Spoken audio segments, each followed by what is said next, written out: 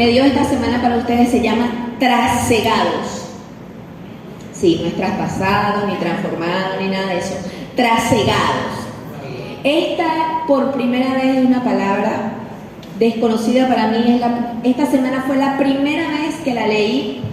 Y cuando la busqué en el diccionario, estoy edificada con esta palabra. Pero esta palabra vino con una escritura que primero me pegó cuando la leí. Y después, como lectora, comencé a buscar el contexto de esta escritura y entendí mejor a Dios. Dice Jeremías 48, del 10 al 13, dice así: maldito, maldito el que haga la obra de Jehová indolentemente. Maldito el que retraiga su espada de derramar sangre. Fuerte, ¿verdad? Duro. Maldito el que haga la obra de Jehová indolentemente. Y maldito el que retraiga, es decir, el que pare, el que no saque o devuelva su espada para derramar sangre. O sea, si tú estás en una guerra y tú no sacas tu espada para pelear la batalla, hay una maldición. Desde su juventud, Moab fue negligente. Sobre su sedimento ha estado reposado. Nunca fue trasegado de vasija en vasija. Nunca estuvo en cautiverio. Así conservó su gusto y no alteró su aroma. Por tanto, he aquí vienen días, dice Jehová, en que yo enviaré tinajeros que lo trasieguen y vaciarán sus vasijas y romperán sus odres. Entonces Moab se avergonzará de Quemos, como la casa de Israel se avergonzó de Betel, en quien confiaba. Aquí fueron varias cosas en mi mente, porque Betel es un lugar santo. Betel fue el lugar donde Jacob se quedó dormido y vio una escalera donde subía ángeles y bajaban ángeles y arriba estaba Dios sentado. Y Dios le habló ese día y él dijo: uy, casa de Dios es esta. Betel significa casa de Dios. Entonces, cuando tú encuentras esta escritura, tú dices, tú paras en seco. Primero, les voy a entrar en el contexto. Está Dios molesto con Moab. Moab había sido subyugado por el pueblo de Israel. Cuando el pueblo de Israel se dividió en dos reinos, yo ya se los he dicho en otras predicaciones, estaba el reino de Judá. Israel tenía 12 tribus y se dividieron. 2 tribus quedaron en el reino de Judá y las otras 10 tribus formaron el reino de Israel. Entonces Israel subyuga a Moab y en determinado tiempo Moab logra quitarse el reinado, o vamos a decir el cautiverio de Israel sobre él, y se hace una nación libre. Pero cuando Israel es llevada cautivo a Babilonia, dice que Moab se burlaba de Israel porque su Dios pues no los había salvado. Entonces Dios está furioso con Moab y dice que le va a hacer una cantidad de cosas y está mandando a que Moab sea saqueado, a que Moab sea destruido. Y en ese contexto Dios le dice: maldito el que haga la obra de Jehová indolentemente. O sea, estoy dando una orden, quiero que Moab sea destruida. Mosca, si ustedes entran a hacer mi obra que yo les estoy mandando y lo hacen indolentemente o simple y llanamente no lo hacen. Hay 2 advertencias que Dios hace aquí. Y es una advertencia que Dios tiene para nuestras vidas. Cuando Dios nos manda a hacer algo y está determinado a hacer algo y te lo confía, Él te hace 2 advertencias. Mosca si no lo haces, y mosca si haciéndolo lo haces indolentemente. ¿Qué es la indolencia? Primero vamos a hablar de cuando no lo haces. Todo el mundo se sabe esta escritura. El que sabe hacer lo bueno y no lo hace, ahí ya tú sabes que cuando tú estás en pecado, ¿qué es lo que entra? La maldición. El pecado trae maldiciones a tu vida irremediablemente. Entonces, si Dios te está mandando a hacer algo y tú no lo haces, te es pecado. Automáticamente entra la maldición. Ahora bien, hay una escritura que a mí siempre me ha gustado, y hoy fue el día como que anoche cuando la encontré dije: qué bueno, para este momento estaba reservada. Segunda de Corintios 8, del 10 al 12. Está Pablo hablando con los corintios Él dice que cuando él fue a visitarlos, ellos dieron ofrenda, lo atendieron, toda la broma. Y entonces él ahora está mandando a Timoteo, su discípulo, a quien él tenía como hijo. Entonces le está diciendo, así como fueron solícitos conmigo y me están diciendo que van a atender a Timoteo, estén prontos a hacerlo, ¿ok? Porque ustedes tienen dinero para bendecirlo, pero él tiene palabras para darles a ustedes. Entonces eso va a ser como un intercambio, ¿ok? Así que pilas, si quieren bendecir a mi hijo Timoteo, bendíganlo. Y entonces Pablo comienza a decirles, en medio de esto les dice, y en esto doy mi opinión, ¿no? Porque él les está diciendo, ahora les voy a dar mi opinión al respecto, ¿no? Por si alguno tiene dudas. Porque os conviene a vosotros que comenzasteis desde hace un año no solo a hacerlo, sino también a desear hacerlo. A mí me da risa porque en vez de comenzaste hace un año a desearlo y ahora también a quererlo hacerlo, no. Primero dice que comenzaste a hacerlo hace un año, pero ahora también deseas hacerlo. Eso se parece a nosotros. Porque primero nosotros lo hacemos y después es que queremos hacerlo. Es normal, Pablo también se enfrentaba a esta clase de congregaciones, a esta clase de personas. Cuando Dios nos manda a hacer algo, primero lo hacemos y después es que nos nace querer hacerlo. Cuando le comenzamos a ver el queso a la tostada. ¿Cuánto les ha pasado eso? Levanten la mano con dignidad. No tenga pena porque aquí somos bastantes. Es así. Entonces Pablo se está enfrentando a esto y dice, ahora pues, acabadlo de hacer también, para que tal como hubo disposición de desearlo, haya también la de llevarlo a cabo según lo que poseáis. Y entonces viene este versículo importante. Porque si la disposición está presente, se acepta según lo que uno tiene, no según lo que no tiene. Porque si hay en ti disposición, ay sí, Señor, yo quiero hacerlo, Dios va a aceptar esa disposición, pero si tú la haces y das resultados. Porque la disposición está presente. Porque si la disposición está presente, se acepta según lo que uno tiene, no según lo que uno no tiene. Uno no se va a presentar delante de Dios, mira, ¿qué pasó allá con lo que te mandé a hacer acá en aquel? Ay, Señor, yo quería con una gana. Ese era el sueño de mi vida. Ajá, pero ¿qué hiciste? Señor, o sea, a ver, ¿cómo te digo? Yo tenía una disposición, ajá, pero lo hiciste. Bueno, lo que pasa es que esa comunidad era muy dura. Esa comunidad, ¿no? Y no tenía carro para ir todos los días para allá, o sea, era una cosa difícil. Ajá, pero Señor, mira, Dios, yo, con todo mi corazón, eso era un deseo, un anhelo, pero no es acepto. Eso es como si un estudiante le mandan a hacer un trabajo a la casa y el día de la entrega del trabajo, todos están entregando su trabajo a fulanito. Vamos a ponerle Danielito. Aquí no hay nadie que se llama Daniel, ¿verdad? Ok, porque los Danielitos siempre se portan mal. Entonces, Danielito, ven. ¿Y tu trabajo? Maestra,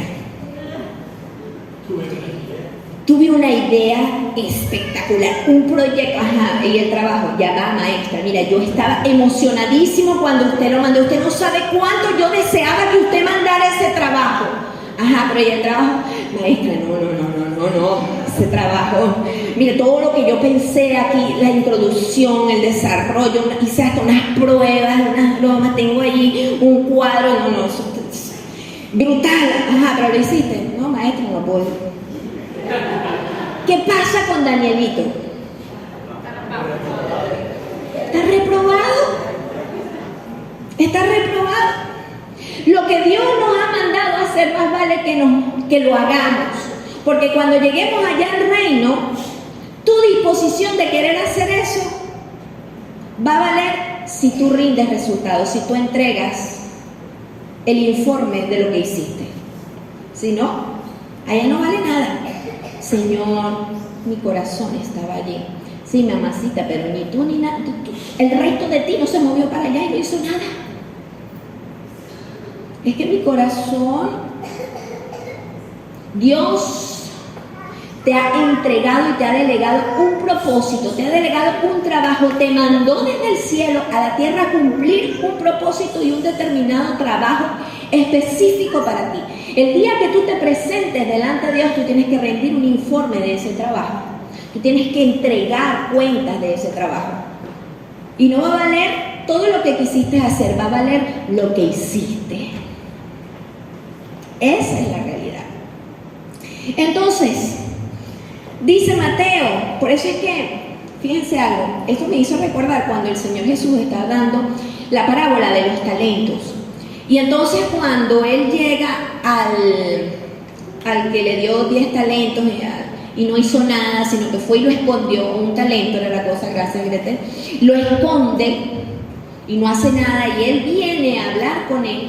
Dios le dice, o el Señor de la parábola le dice: siervo malo y negligente. Fíjense que Dios une dos cosas bastante perturbadoras en una misma frase: siervo malo y negligente. Cuando tú no haces las cosas que Dios te mandó, tú eres un siervo no solamente negligente, sino eres un siervo malo. Eres un siervo malo. La gente dice: bueno, sí. No, y nadie le presta atención a esa frase. Su Señor, eso está en Mateo 25-26, que dice: respondiendo su Señor le dijo: siervo malo y negligente. Yo no creo que alguno de nosotros quiera presentarse delante de Dios como un siervo malo. ¿Cuántos quieren eso? Miren lo que es la negligencia. Es el descuido u omisión en el cumplimiento de una obligación. Tú sabes, pero simplemente decides no hacerlo. Haces caso omiso a lo que te dijeron. Cuando tú haces caso omiso a las direcciones de Dios para tu vida, a las direcciones en medio de una batalla, a las direcciones para tu vida personal, tú eres no solamente un siervo negligente, tú eres un siervo malo. Tú no sirves para servir a Dios. Esto es tremendo y es doloroso. ¿Les gusta hasta aquí por donde voy? Se quedaron serios. Al principio estaban risa y risa. Hoy están serios. Nos estamos confrontando a nosotros mismos, ¿verdad? Porque a veces no hacemos las cosas, no por las dificultades, porque simple y llanamente no quisimos hacerlas. Omitimos esa obligación. Y entonces, para no hacerla, ponemos las diferentes cosas. Ay, no, es que no sé qué, el transporte, la norma, el niño, el pato, la guacharaca, el agua, la broma, la ropa, lo que sea. Simple y llanamente no quisiste hacerlo. Se acabó. Omitiste tu obligación. Ahora bien, la segunda cosa que Dios te alerta cuando Él te manda a hacer un propósito. ¿Cuántos están cumpliendo un propósito de Dios aquí en la tierra? Levanten la mano.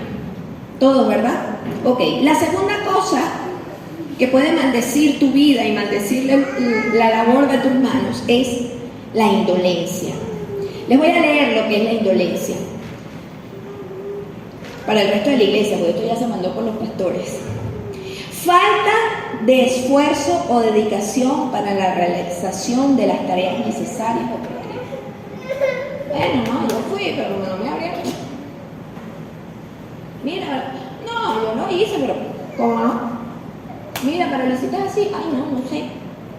Falta de esfuerzo o dedicación para la realización de las tareas necesarias o prescritas. Pereza, flojera, desidia, insensibilidad. Es increíble que en la indolencia esté uno de sus sinónimos, sea insensibilidad. ¿Sabes?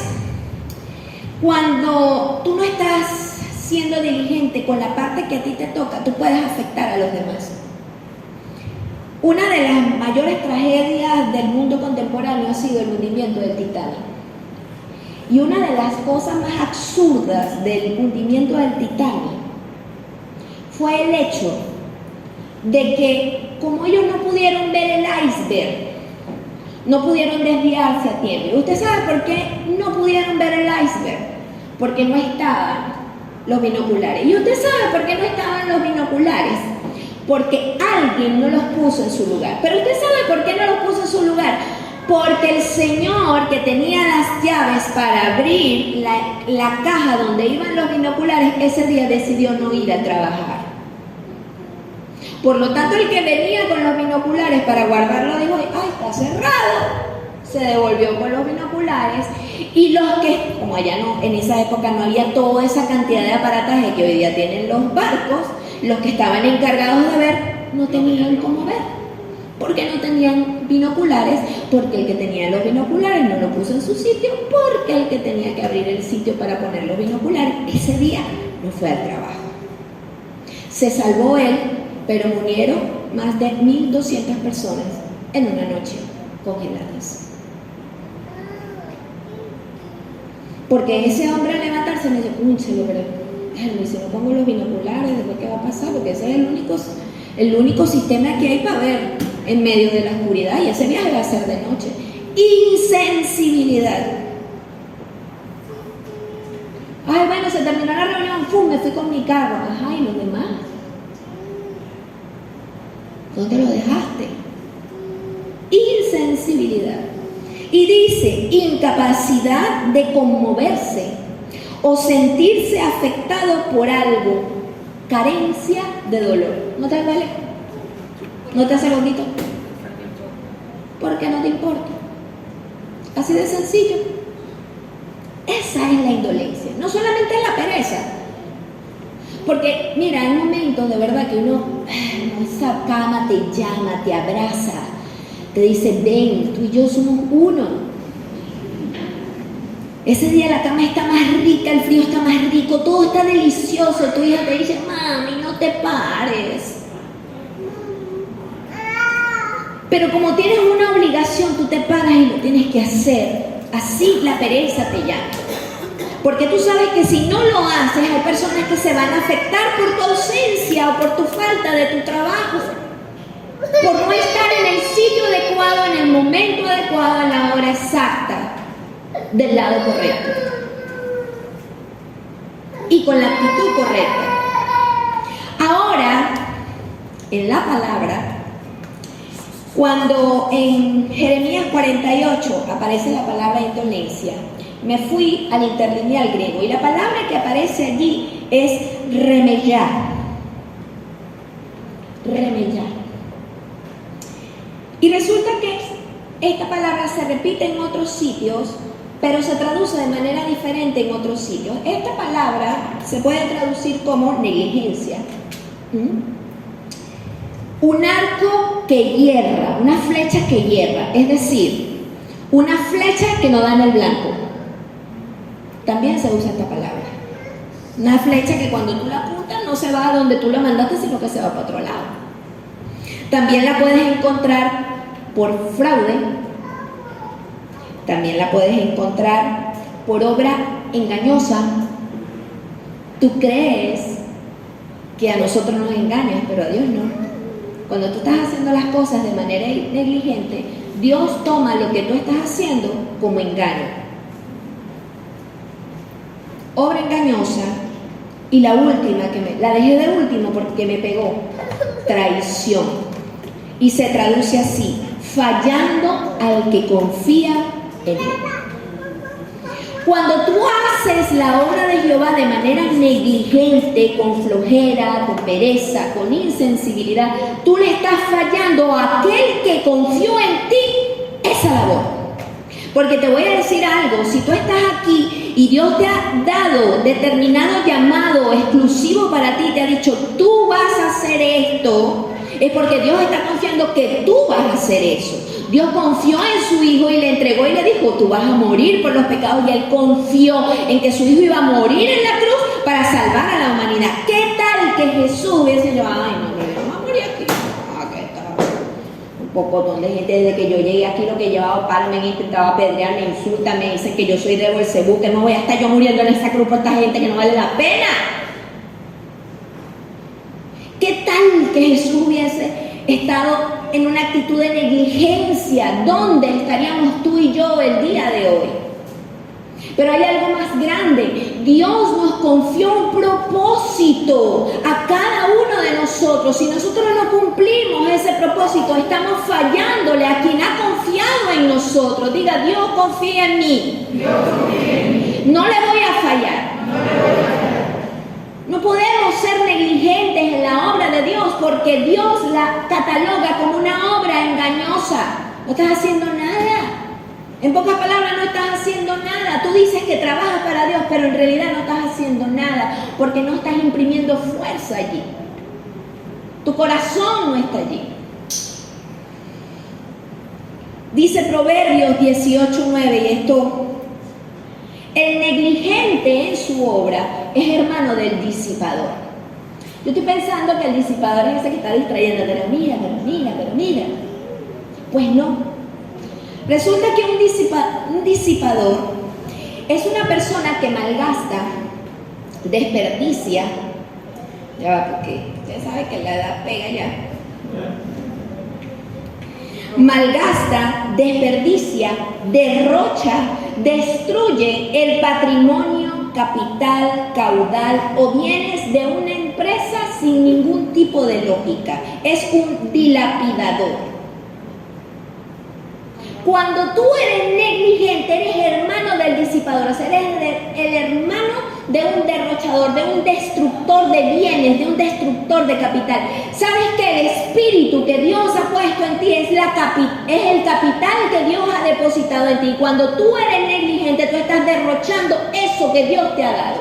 Dios te dio dones y si tú no los usas o no los usas de manera responsable, sino de manera negligente, bueno, ponte ahí, niño, dale, dos, ok, Tú estás dilapidando el capital de Dios que puso en ti.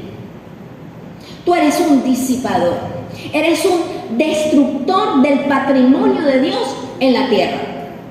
El dios de Moab se llamaba Quemos. ¿Y usted sabe lo que significa Quemos? El destructor.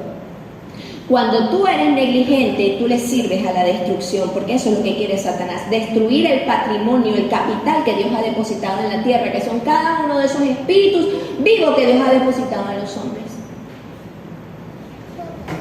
Es tremendo. Dios en ti ha depositado su capital. ¿Sabes cuál es su mayor capital? Díganlo ustedes.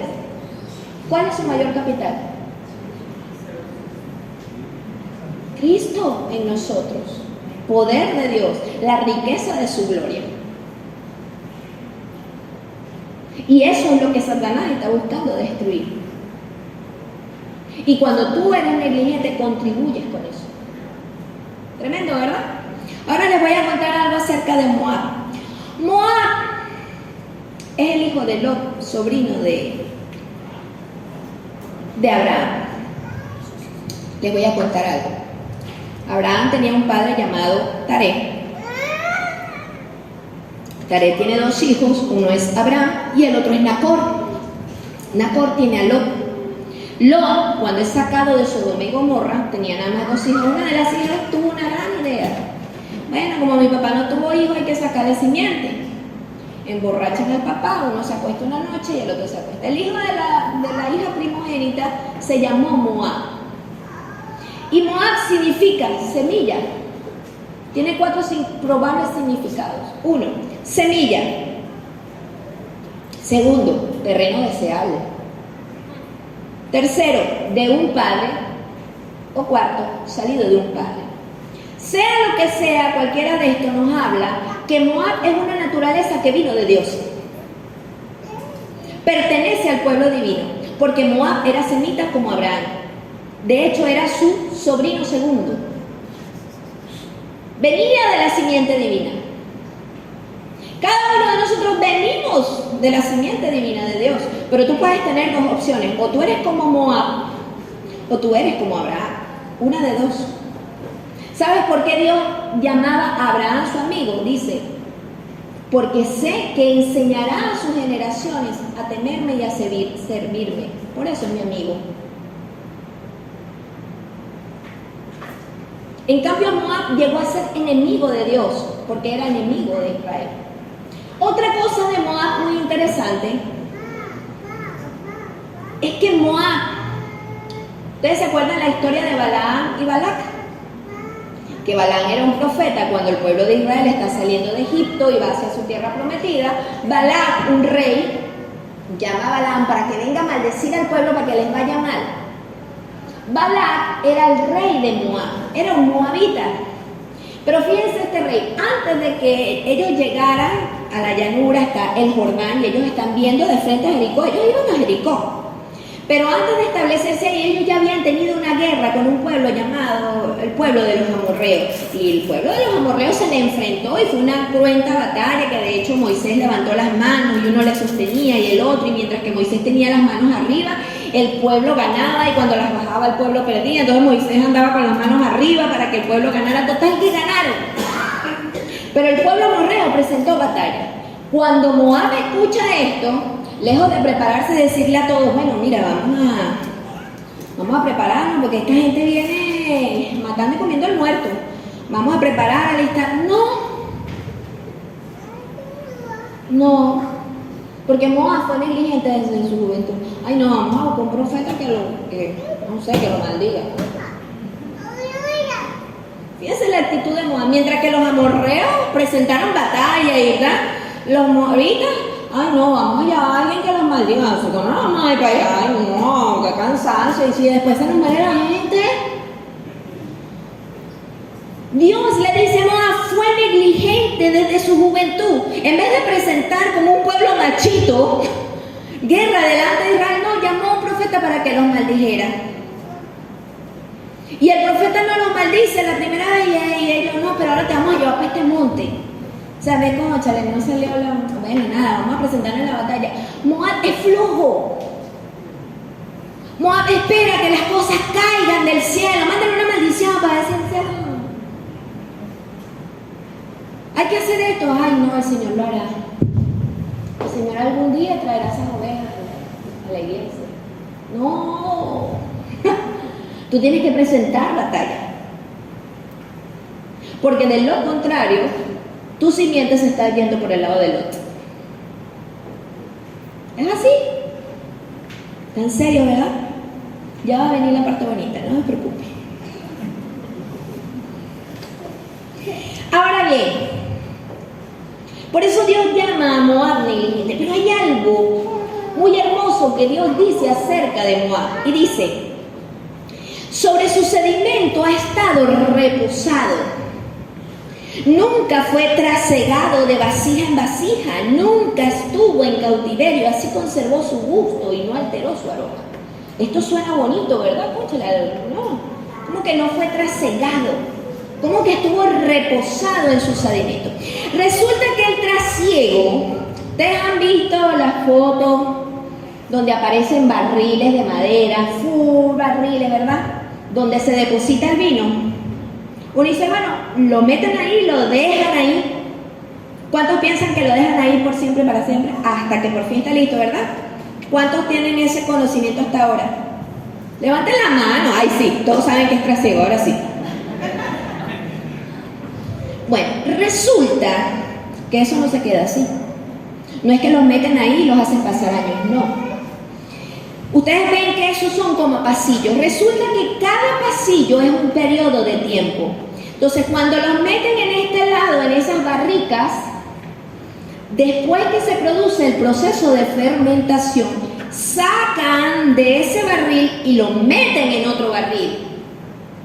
Y después lo sacan de ese barril y lo pasan en el otro pasillo a otro barril.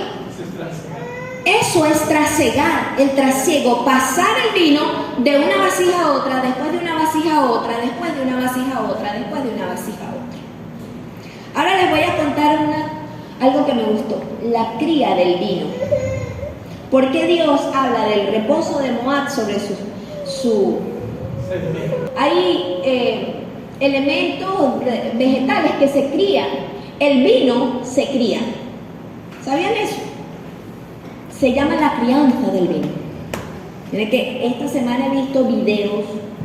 Tuve que prácticamente meterme a viñadora para entender todos estos procesos.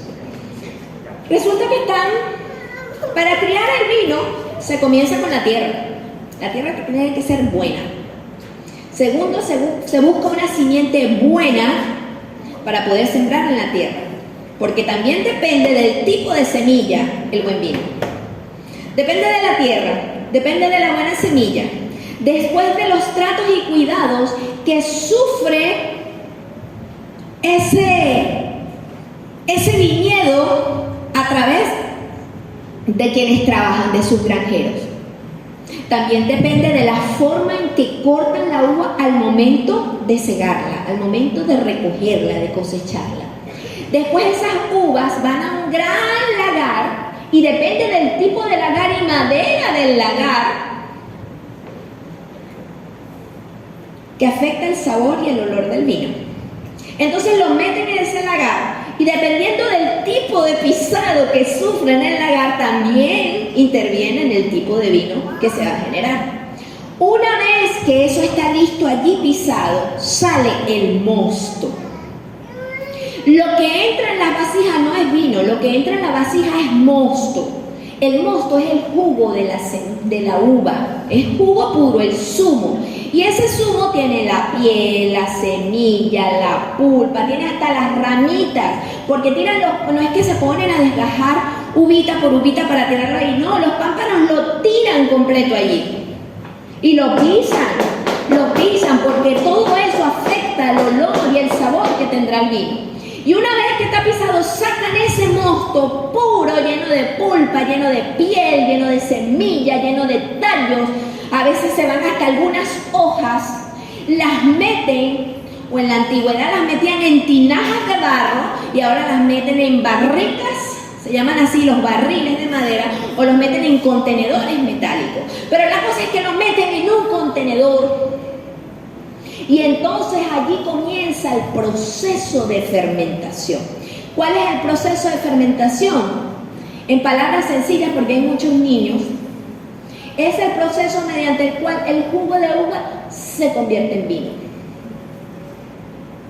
Es un proceso químico, es un cambio químico, donde las moléculas, cuando entran las moléculas de azúcar que contiene la uva, entran en contacto con su propio leudante, el leudante que viene del proceso de descomposición de la uva. Comienza ese leudante a destruir las moléculas del azúcar, a degradarla, para que el cambio químico es cuando una molécula entra en contacto con otra y al entrar en contacto cambian los enlaces. Las moléculas tienen formas de conectarse, ellas se conectan. Ustedes han visto la cadena del ADN, esas son moléculas, así que se conectan. En el mundo orgánico hay moléculas con estructuras que son una cantidad como de circulitos conectados con palitos. ¿Lo han visto en alguna foto? Ok, eso es una molécula. Cuando hay algunas moléculas que al entrar con otras, ellas comienzan a cambiar la forma en que siempre estuvieron estructuradas. Y entonces esos palitos y esos circulitos se modifican y se ponen en otros sitios para crear una sustancia completamente nueva y diferente. No es un cambio físico, es un cambio químico. Es un cambio desde adentro. Plum, entra y ocurre un cambio estructural. Ese es el proceso de fermentación, un cambio estructural. Y eso, cuando ocurre en el vino, ese cambio estructural, es cuando el azúcar deja de ser azúcar y se convierte en alcohol etílico. ¿Cuál es la importancia del alcohol etílico en el vino? Que el alcohol etílico ayuda a combatir las bacterias y mantiene al vino limpio.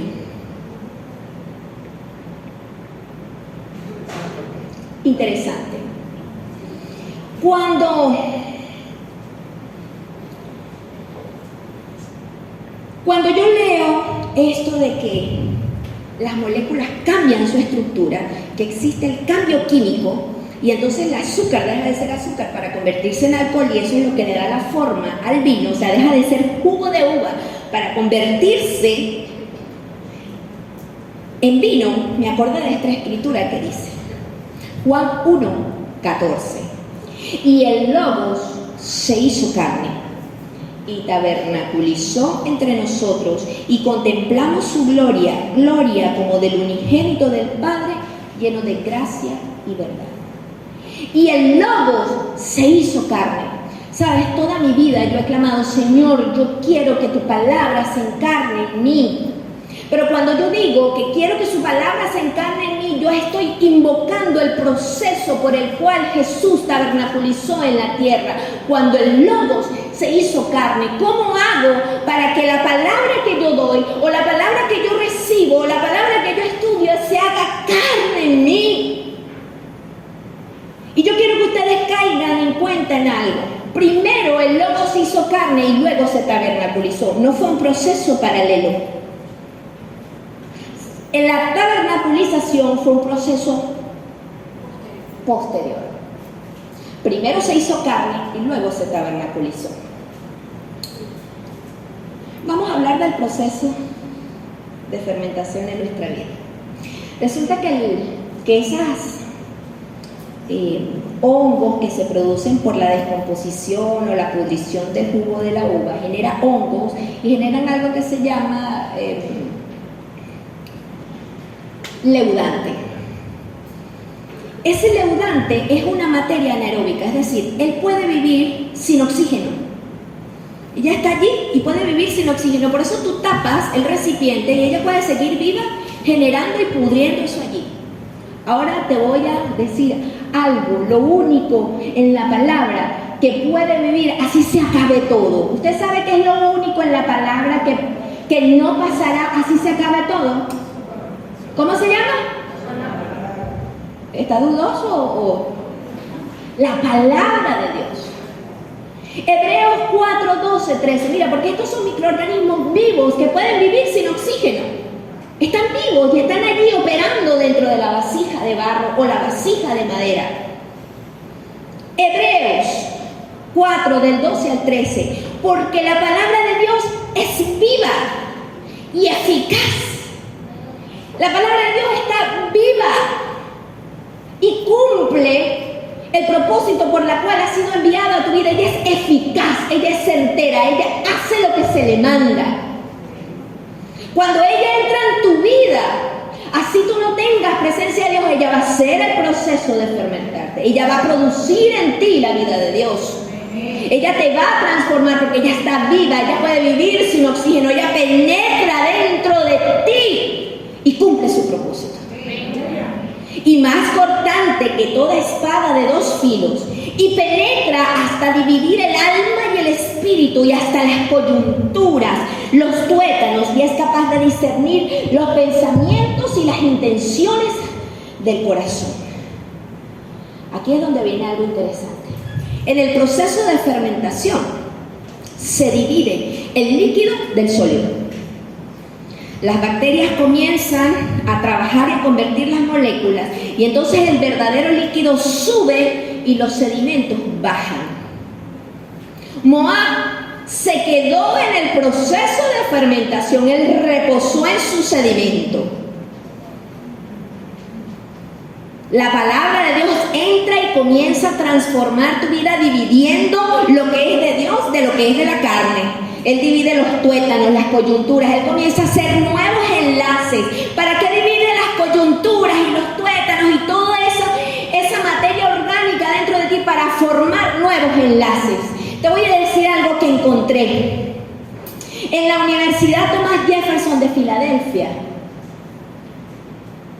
dos neurólogos comprobaron que tu cerebro puede cambiar por medio de la palabra. Tu cerebro modifica los genes. Resulta es que Dios es maravilloso. Por eso Él nos llama desde la cruz. Porque Él también aquí adentro dejó un receptor. Resulta que una sola palabra puede cambiar la expresión de los genes que regulan el estrés físico y la emoción. Una sola palabra puede llevarte de la tranquilidad al estrés. ¡Se cayó! Porque tu cerebro está programado para activarse por medio de la palabra. Y él automáticamente modifica genéticamente. Una palabra negativa puede apagar, por aquí lo tengo, puede apagar los centros de razonamiento ilógicos ubicados en los lóbulos frontales. Puede apagarte o puede encenderte. Una sola palabra negativa. Eres un idiota. ¡Pum! Los lóbulos frontales se apagan. ¡Sí! Yo entendí algo. Yo siempre he compartido y nos hemos reído, Alejandro y yo, ¿cómo hace la gente? O sea, llegan 2 personas nuevas a la iglesia que no cantan nada. Tú los escuchas cantar en la adoración y desfilan. Pero su nené nace en el evangelio y el nené nace cantando con aquella voz. No lo sacó de la mamá, no lo sacó del papá. Quiero decirte algo.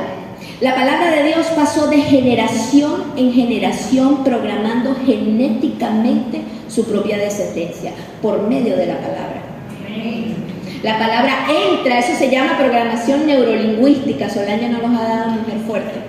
Las palabras abren caminos cerebrales. Cuando tú agarras la palabra que a ti te dan, vamos a hacer ejercicio, vamos a ir al gimnasio. Cuando tú llevas esa práctica por más de 21 días, automáticamente el cerebro se reprograma. Genéticamente tu cerebro está programado para autorregenerarse. Ustedes han escuchado esa palabra en la Biblia, la regeneración de nuestra mente por medio de ¿qué? La palabra. Yo ahorita les estoy trayendo un jugo de uva. Esto aquí tiene mi piel, tiene mi pulpa, ¿sí? Tiene mi semilla, porque yo fui quien la pisé, yo fui quien la busqué y aquí se las estoy transmitiendo con mis emociones y con mi vida. Y esa palabra está entrando a tu vida para reprogramarte. Esto suena así como los profetas. Estoy reprogramando tu cerebro. Poderoso el Señor. Pero es verdad. La palabra de Dios que te estoy dando hoy de parte de Dios, que Dios te está enviando, está reprogramando tu cerebro, cambiando tu estructura molecular y creando nuevos enlaces para que la vida de Dios sea transformada dentro de ti, para que el verbo se haga carne y entonces Dios pueda tabernaculizar en nuestras vidas. Amén. Ahora bien, por eso Dios decía, Jesús lo dijo, el que guarda mi palabra, mi Padre y yo le amaremos y vendremos y haremos morada con él.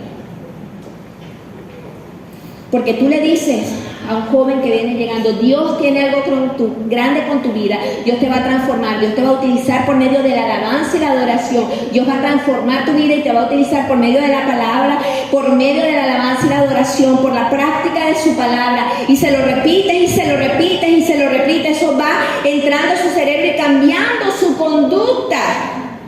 Pero entonces viene la otra muchacha por la otra puerta y tú le vas diciendo eso en el momento en que esos 2 reprogramados se juntan. Usted sabe lo que nace de ese par, simiente divina, porque lo que viene es una genética reprogramada, reestructurada. Hay un cambio real, químico dentro de ti.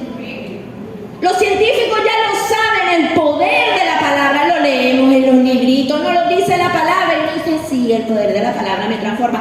No, el poder de la palabra te transforma. La palabra nos transforma, nos cambia, nos reestructura.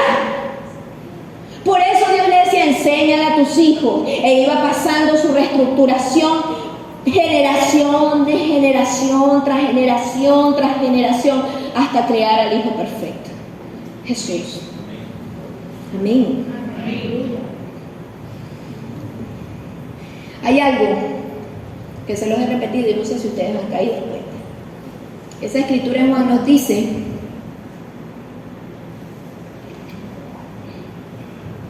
y el Logo se hizo carne y tabernaculizó. Entonces yo estaba pensando, y ella va, pero cuando Jesús entró a la tierra, o sea, él se hizo carne y ahí estaba tabernaculizando, ¿no? El primero tenía que hacerse carne y luego tabernaculizar. ¿Sí? ¿Ustedes saben cuándo pasó ese proceso? No lo saben, se los voy a decir. Está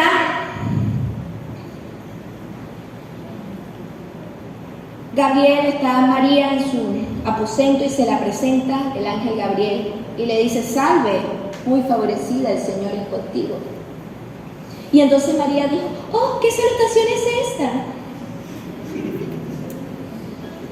He aquí, serás hallada encinta, el santo ser que nacerá de ti. ¿Y pero cómo le dice? Va a ser llamado Hijo del Altísimo. ¿Pero cómo pasará esto si no he conocido ningún varón?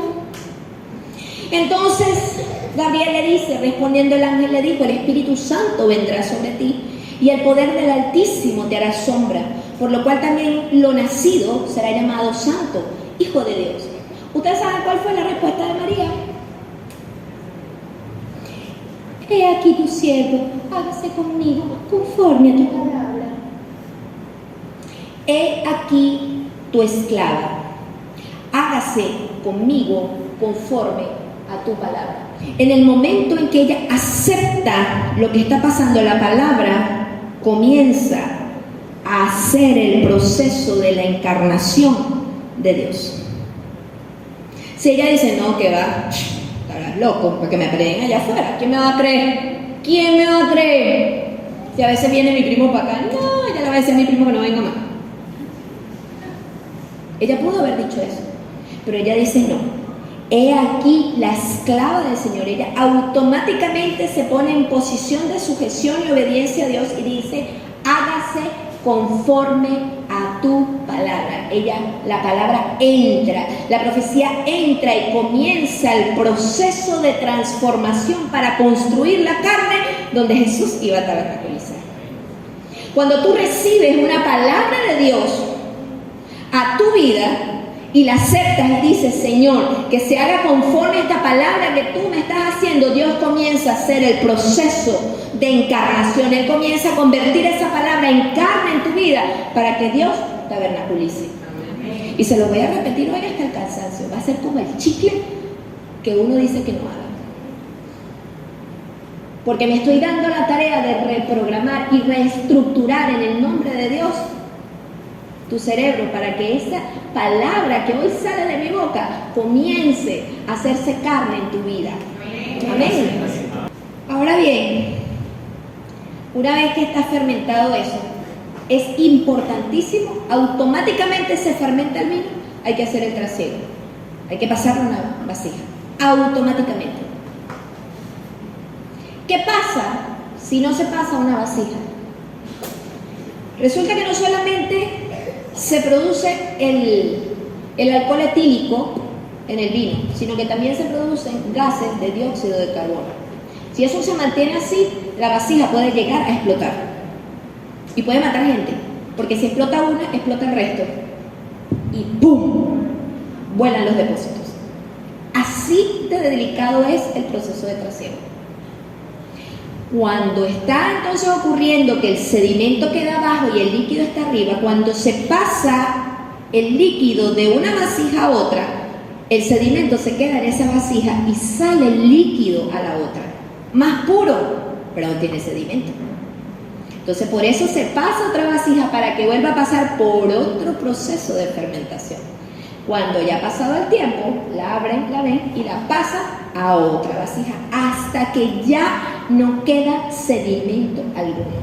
Dios te va a pasar por un proceso de trasiego de una vasija a otra vasija a otra vasija hasta que tu vino esté limpio. Y yo decía: son los 6 niveles. Y me pasa, sí, pero encontré algo maravilloso. Maravilloso. Primero les voy a decir por qué es tan importante el trasiego. Primero, para separar el líquido del sólido, para separar lo bueno de ti de lo malo, lo espiritual de lo carnal. Segundo, cada trasiego trae una nueva fermentación para cambiar para seguir cambiando esa naturaleza del jugo hasta que sea completamente vino. Dios te va a pasar por el proceso hasta que realmente te conviertas en el Hijo de Dios, porque Él nos dio la potestad para ser hechos hijos de Dios. Quiero decirte una cosa: así como tú estás en tu vasija, tú no eres hijo de Dios. Tú eres hijo de Dios por la fe. Cuando se forme en ti lo que ha de ser, entonces tú legalmente ya eres sellado como hijo de Dios, pero tú te tienes que convertir. Él te dio la potestad, te dio el poder para ser hecho hijo de Dios. No que te hizo hijo de Dios de una vez, te dio el poder para hacerlo. Pero para hacerlo tienes que pasar por procesos, donde cada tu sólido se vaya y tu espiritual surja. En cada trasiego el vino entra en contacto nuevamente con el oxígeno, y el oxígeno hace que vaya transformando su sabor y su olor. Resulta que con la primera fermentación, si tú pruebas el vino, sabe horrible, sabe amargo. ¿Sabes algo? En Apocalipsis dice que está Juan y ve a un ángel.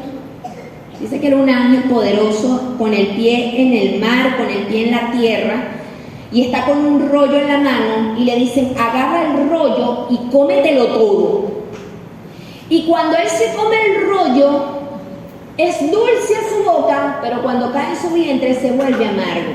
Cuando la palabra de Dios o cuando la uva entra en la vasija es dulce porque es jugo de uva, pero en el proceso se vuelve amargo. Cuando la palabra de Dios hoy entra en tu vida, ¿cuántos están gozosos por esta palabra? Pero en el proceso de transformación te va a doler, porque duele.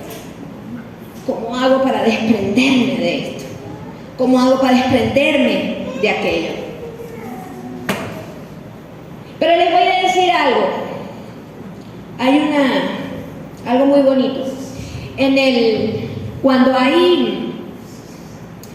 el vino comienza a bajar los sólidos, hay partes que son más pesadas y partes más líquidas. Entonces en el trasiego el agua se va volviendo, o el líquido se va volviendo cada vez más homogéneo. Y entonces se van nivelando los olores y se van nivelando los sabores. Porque el oxígeno entra y va cambiando la esencia.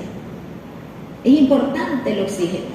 Cuando tú pasas de un estado a otro en el proceso de Dios, siempre te va a estar esperando Dios para que tengas un encuentro personal de proceso en proceso.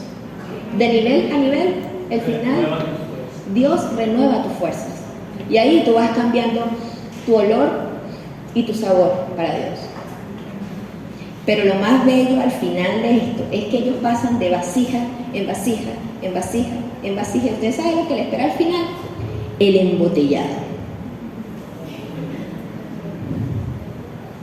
Miles de esas vasijas oscuras, encerradas, pasan a botellas cristalinas, transparentes, para que se vea el color del vino, sea blanco, sea rosado, porque un día Dios va a mostrar lo que tú eres en Él, porque un día conoceremos como fuimos conocidos, cuando lo veamos cara a cara.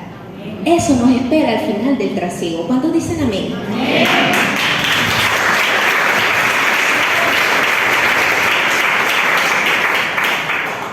Es tan bello que yo decía, concha, le dio un botellón a una botellita. Es que cuando Dios mete en esas tinajas, nos mete a todos juntos. Ustedes no se dan cuenta que nosotros vivimos periódicamente, todos pasamos lo mismo.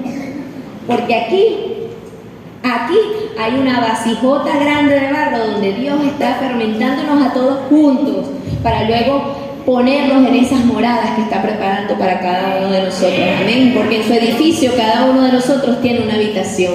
Amén. Pero les voy a contar algo bellísimo que encontré. Ustedes saben que Jesús pasó por el trasiego. Oye, ¿y cómo yo cambio de vasija en vasija? ¿Vasija? ¿Qué? ¿Sí te la reencarnación?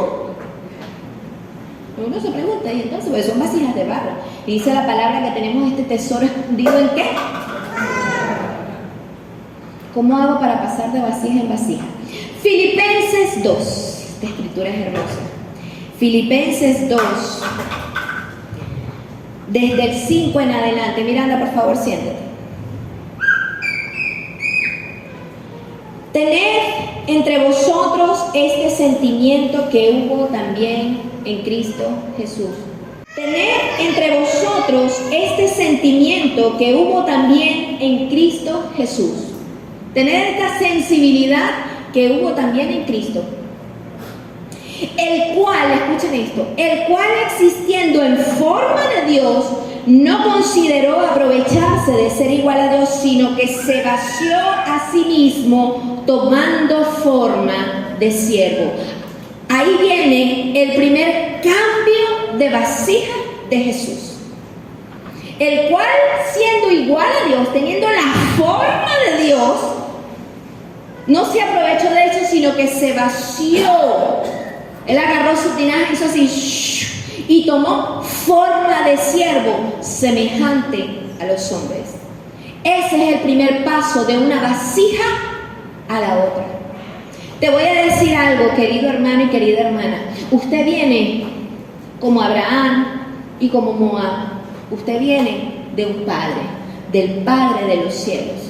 Y usted no estimó ser igual a Dios, sino que usted se despojó de eso y se vació a sí mismo y tomó esa forma que usted tiene, forma de esclavo.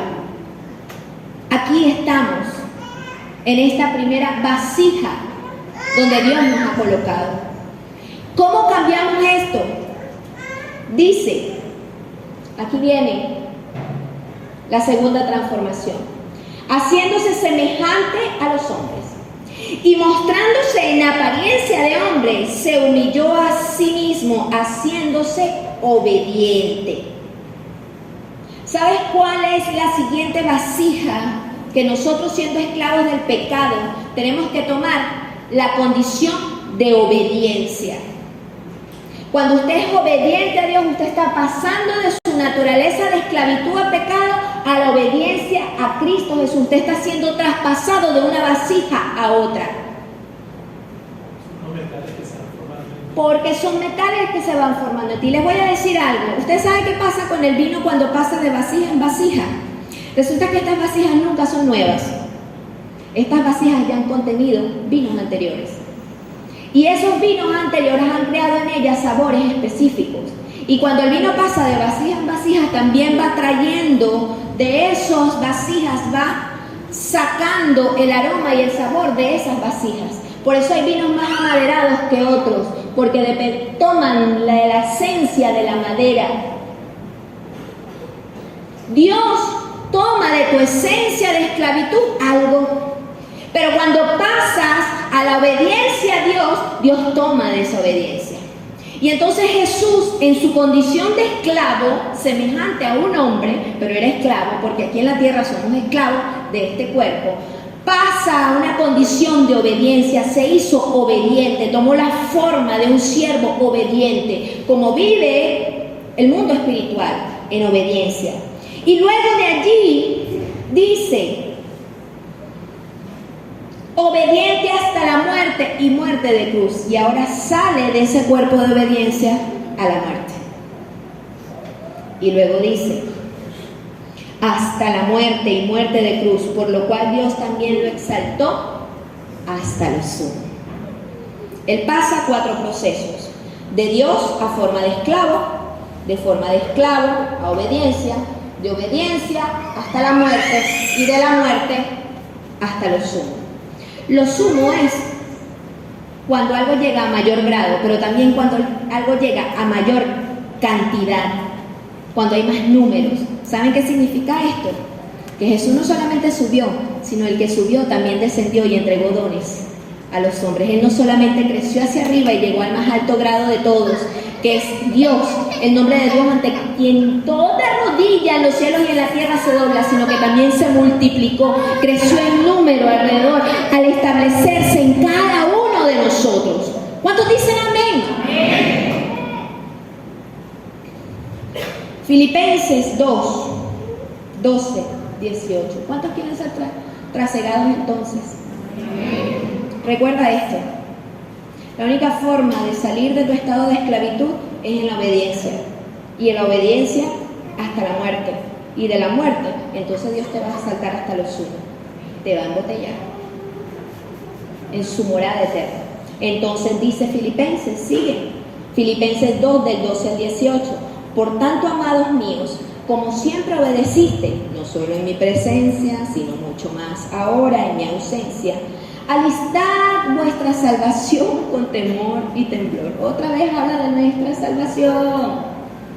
Alístala con temor y temblor, porque Dios, según su designio, es el que está energizando en vosotros no solo el querer, sino también el energizado hacer. No es que está energizando tu hacer, es que está energizando tu energizado hacer. O sea, cuando tienes energía de hacer las cosas bien, también está trabajando en eso, en que lo hagas con energía, en que lo hagas con gozo, como cuando Jesús fue a la cruz, que vio el gozo puesto delante de él y dice que menospreció el oprobio. ¿Tú sabes lo que es oprobio? Vergüenza. Él no se avergonzó de que lo hayan desnudado en esa cruz. Él no se avergonzó de lo que estaba haciendo para Dios. Él lo hizo y lo tuvo como menosprecio, todas las vergüenzas y calumnias que tuvo que pasar, porque él estaba puesto con un gozo dentro de él por lo que estaba haciendo, que significaba la transformación de tu vida para regresar nuevamente a donde tú saliste.